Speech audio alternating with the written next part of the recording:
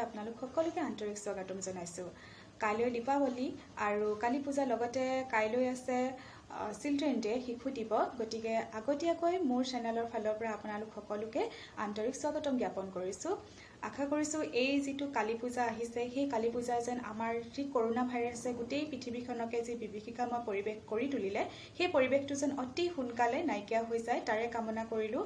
আপোনালোকেও কৰিব যাতে আমি এই কৰোনা ভাইৰাছৰ পৰা অতি সোনকালে যেন মুক্ত হওঁ। আজি মই আপোনালোকৰ আগলৈ লৈ আহিছোঁ এটা নতুন ব্লগ লৈ, আৰু সেই ব্লগটোত মই দেখুৱাম আজি মই কিনো কিনিলোঁ সেয়া দেখুৱাম। আৰু সৰু এটা বস্তু কিনিছোঁ দেৱালী উপলক্ষে। আশা কৰিছোঁ আপোনালোকে চাই ভাল পাব। সৰু বস্তুটো ইমান ডাঙৰো নহয়, ঘৰৰ কাৰণে কিনিলোঁ। আৰু সকলোৱে কলনীৰ প্ৰায়কেইগৰাকী মহিলাই কিনি আছিলে আৰু মই ভাবিলোঁ ময়ো চাওঁচোন বস্তুটো তললৈ গৈ চালোঁগৈ আৰু দেখি ভাল লাগিলে, সেইকাৰণে মই কিনি ল'লোঁ। সেইকাৰণে আপোনালোকক ভাবিলোঁ যে আপোনালোকৰ লগত শ্বেয়াৰ কৰিম আৰু আপোনালোকে চাব আৰু কাইণ্ডলি ক'ব যে মোৰ বস্তুটো কেনেকুৱানো লাগিলে। লগতে তাৰ যিটো প্ৰাইচ আছে সেই প্ৰাইচটো মই আপোনালোকক ক'ম, আপোনালোকে কাইণ্ডলি ক'বচোন মোৰ সেই বস্তুটো মই আচলতে বেছি দামত কিনিলোঁ নে কম দামত কিনিলোঁ। বলকচোন বাৰু তেতিয়াহ'লে বস্তুটো আমি চাওঁ। সকল আচলতে মোৰ বস্তুটো এইটো এপাহ ফুল কিনিলোঁ মই। এই ফুলপাহ হেংগিং ফুল হয়, ইমান দামীও নহয় কিন্তু হ'লেও মোৰ বস্তুটো ভাল লাগিলে ফুলপাহ, সেইকাৰণে ভাবিলোঁ লৈ লওঁ। ইয়াতে মই এনেকৈ ৰাখিছোঁ, আপোনালোকে ক'বচোন ফুলপাহ চাই কেনেকুৱা লাগিছে। অৱশ্যে ফুলপাহ বহুত দীঘল হয়, মই ওপৰত ৰাখিছোঁ সেইকাৰণে এনেকুৱা হৈছে। আৰু মোৰ কাষৰ এফালে আচলতে এখন স্ক্ৰীন এখন আছে, সেই স্ক্ৰীনখনৰ পোহৰটোৰ কাৰণে এনেকুৱা লাগিছে।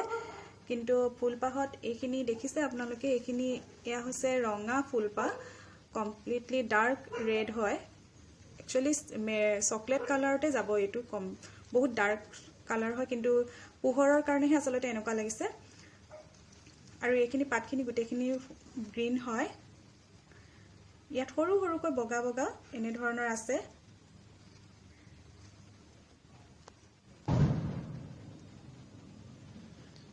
ফুলপাহ খুব ভাল লাগিলে, মই সেইকাৰণে কিনি ল'লোঁ। চাওকচোন ফুলপাহ কেনেকুৱা লাগিছে।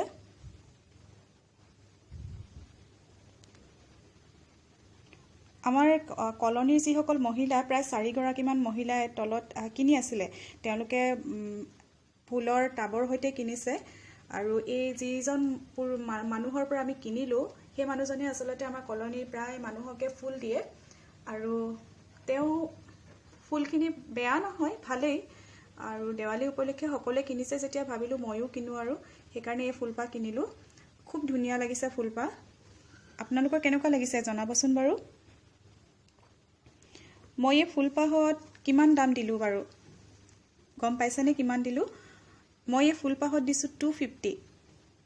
প্ৰাইচটো বেছি হ'ল নি বাৰু নাজানো, বেছি হ'ল নে কম হ'ল, কিন্তু ফুলপাহত একচুৱেলি 250 লৈছে। আৰু মই সেইকাৰণে 300 বুলি কৈছিলে, কিন্তু মই 250 দিলোঁ। বেছি দামৰ নহয় ফুলপাহ, কিন্তু দূৰৰ পৰা দেখিবলৈ খুব ভাল লাগিলে, সেইকাৰণে মই ফুলপাহ ল'লোঁ। আৰু এই ফুলপাহ এনেকৈ হেংগিং কৰিলে আচলতে বৰ ভাল লাগে। মই দূৰৰ পৰা আপোনালোকক দেখুৱাবলৈ চেষ্টা কৰিম।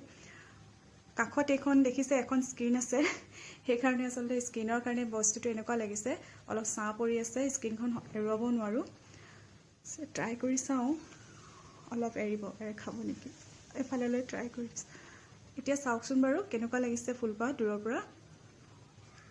মই কিন্তু খুব ধুনীয়া দেখিছোঁ, আপোনালোকে কেনেকুৱা দেখিছে নাজানো। সৰু ফুল, বেছি দামীও নহয়। 250 ৰুপিছত আৰু ইয়াতকৈ কিমান ভাল ফুল পাম নহয় জানো।